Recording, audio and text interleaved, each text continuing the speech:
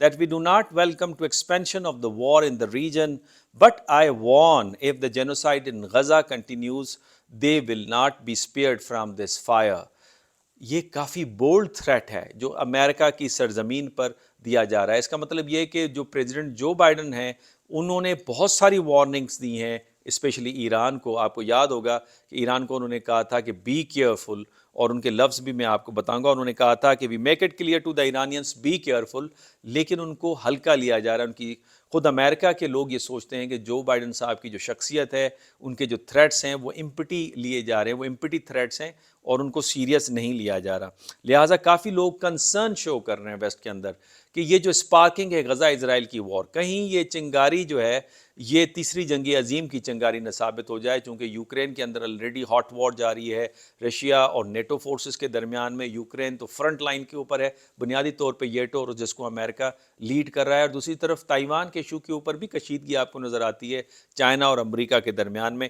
تو لہٰذا یہ جو کچھ گھوم رہا ہے وہ غزہ اسرائیل کی وار کے ارد گرد گھوم رہا ہے، اس کو مینیج کرنا اس وقت بہت ضروری ہے۔ اور آپ کو یاد ہوگا کہ ماضی قریب میں امریکہ نے ایران کو اس حوالے سے دھمکی بھی لگائی، لیکن امریکہ کے اڈوں پر، امریکہ کے فوجیوں پر اب تک 14 حملے ہو چکے ہیں مڈل ایسٹ کے اندر۔ اور آپ حیران ہوں گے، اس کے بعد امریکنس نے کہا تھا کہ اگر اب دوبارہ امریکی فوجیوں پہ حملہ ہوتا ہے تو امریکہ رسپونڈ کرنے پہ مجبور ہو جائے گا، لیکن اس کے بعد پھر ہم نے دیکھا اس طرح کے حملے جاری و ساری ہیں، اور اس کی تعداد 14 سے تقریباً 20 ہو چکی ہے، اور جو بائیڈن صاحب کی جو تھریٹس ہیں ان کو سیریس نہیں لیا جا رہا۔ ایسوسی ایٹڈ پریس ہے امریکہ کی، اس کے مطابق جو اسٹرائکنگ جیٹس ہیں امریکہ کے، وہ ایرانی لنک جو سائٹس ہیں سیریا میں ان کو ٹارگیٹ کر رہی ہیں۔ لہٰذا ایسکیلیشن ہو رہی ہے، ٹینشن بٹوین ایران اور امریکہ، جو کہ ماضی میں اتحادی تھے۔ آپ کو ٹوین پلر اسٹریٹجی کا میں نے کئی دفعہ حوالہ دیا ہے۔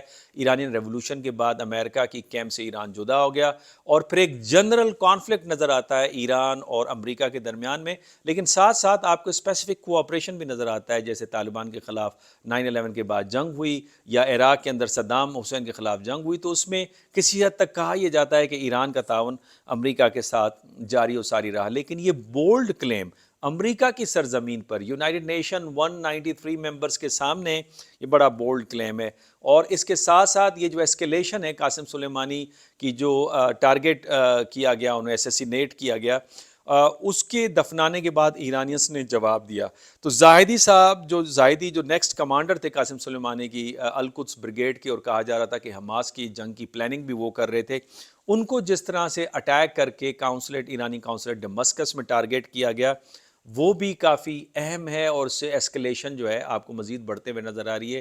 اور آپ کو یاد ہوگا قاسم سلیمانی کی جو تدفین تھی، یا اس کے بعد جو برسی تھی، اس برسی کے میں اسپیشلی جس وقت وہاں پہ سوسائڈ اٹیک ہوا، جس میں 80 کمانڈرز جو ہے ان کے بارے میں کہا جا رہا تھا کہ وہ اجل کا شکار ہوئے، اور اس برسی کے اندر انصار اللہ کے کمانڈر، حزب اللہ کے کمانڈر، اور اس کے علاوہ حماس کے کمانڈر اس میں شرکت کر رہے تھے۔ تو ایران نے اصل میں یہ ڈائریکٹ تھریٹ دیا ہے، اور آپ کو یاد ہوگا قاسم سلیمانی کے بعد اٹیک کیا تھا، تو اب بھی انہوں نے ڈائریکٹ تھریٹ دیا اسرائیل کو کہ ہم اس کا بدلہ لیں گے۔ تو اس کے بعد آپ نے دیکھا تقریباً 48 سفارت خانے جو ہیں اسرائیل کے وہ خالی ہو گئے ہیں، اور تقریباً 80 لاکھ اسرائیلیوں کا کہا جا رہا ہے کہ وہ نیوکلیر بنکرز کے اندر چلے گئے ہیں۔ اب یہ ایک فگر جو بڑی اسٹرائکنگ ہے، بڑی شاکنگ ہے، وہ میں آپ کے سامنے رکھتا ہوں۔ البتہ اس کی تحقیق ضروری ہے، لیکن کہا یہ جا رہا ہے کہ اب تک جو اسرائیلی فوجیوں کی ہلاکتیں ہو چکی ہیں غزہ اسرائیل وار میں، ان کی تعداد تقریباً 50,000 ہے، جس کو چھپایا جا رہا ہے، ان کی لاشوں کو کنٹینر میں رکھا جا رہا ہے اور اس کے بعد انہیں میڈیٹرینین سی کے حوالے کیا جا رہا ہے، یعنی سمندر بود کیا جا رہا ہے۔ 35,000 جو ہیں اس میں معذور ہو چکے ہیں اور تقریباً 86,000 کی تعداد آ رہی ہے جو زخمی ہیں اور بری طرح سے زخمی ہیں۔ تو یہ بڑی ایک اسٹرائکنگ فگر ہے، لیکن اس کو ویریفائی کرنا انتہائی ضروری ہے۔ ایران اب کیسے بدلہ لے گا؟ کیا ڈائریکٹ اٹیک کرے گا؟ کیا اپنے پراکسیز یعنی حزب اللہ اور حماس کے ذریعے سے اپنے حملوں کو تیز بڑھائے گا؟ انصار اللہ کے ذریعے سے حزب اللہ کے حملے تو بڑھ گئے ہیں، وہ تو نظر آ رہے ہیں۔ کیا کسی ایمبیسی پہ اٹیک کرے گا؟ آپ اس کا جواب میرے ساتھ ضرور شیئر کہ آپ کس طرح سے سوچتے ہیں۔ آ جاتے ہیں کہ بھارت کا اس میں کیا کردار ہوگا۔ اس میں اگر آپ اقوام متحدہ کو دیکھیں، جس کا وجود اس لیے پڑا تھا کہ دنیا کو جنگ و جدل سے بچایا جائے، امن سلامتی اور خوشحالی کو آگے بڑھایا جائے، پارشلی سکسیسفل نظر آتی ہے، پارشلی اس کی فیلئر ہے، اس کو سن کوئی نہیں رہا۔ البتہ ریزولوشن جو ڈپلومیٹک ایفرٹس ہیں وہاں پہ کامیابی نظر آ رہی ہے، چاہے یونائٹڈ نیشن کی جنرل اسمبلی کی ریزولوشن ہو جو بڑی اکثریت سے فلسطین کے حق میں منظور ہوئی، اور پھر اب ریسنٹلی یونائٹڈ نیشن کی سیکورٹی کونسل میں آؤٹ آف 14 نے ریزولوشن کے حق میں ووٹ دیا کہ جنگ بندی ہونی چاہیے، اور جس میں امریکہ جو تھا وہ ایبسٹینٹ رہا، جس میں امریکہ کا البتہ کہا جاتا ہے کہ ہڈن ان کی کنسنٹ اس کے اندر موجود تھی۔ اگر انڈیویجول ممالک کو دیکھیں، دوسری اہم بات آپ کو بتانے لگا ہوں، تو اس میں امریکہ کے بعد اگر کسی ملک کا اسرائیل کے اوپر اثر و رسوخ ہے، اس کے تعلقات گہرے ہیں، تو وہ انڈیا ہے، وہ مودی سرکار ہے۔ لہٰذا بھارت یہ کردار ادا کر سکتی ہے کہ غزہ اسرائیل وار کو بند کروائے، جنگ بندی کروائے، چونکہ بھارت کے ماضی میں پی ایل او کے ساتھ، فلسطینیز کے ساتھ تعلقات جو ہیں ہسٹوریکلی وہ بھی بہت اچھے رہے۔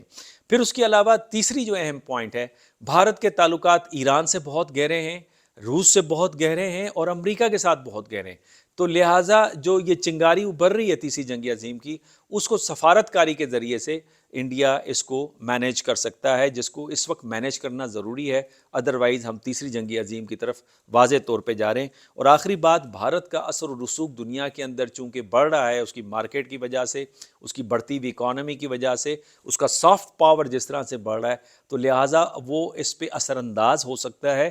اور پھر اس طرح کا اگر عمل بھارت کرتا ہے تو گلوبل ساؤتھ کے اندر جو بھارت اپنی لیڈرشپ کلیم کرتا ہے، اس لیڈرشپ کو بہتر انداز سے منوا بھی سکتا ہے۔ دوسرے لفظوں میں اس کا تاثر اور اس کا اثر و رسوخ گلوبل ساؤتھ کے اندر بڑھتے ہوئے آپ کو نظر آئے گا۔ تو یہ میری سمجھ ہے، آپ کی رائے کا انتظار رہے گا۔ اجازت دیجیے، اللہ حافظ۔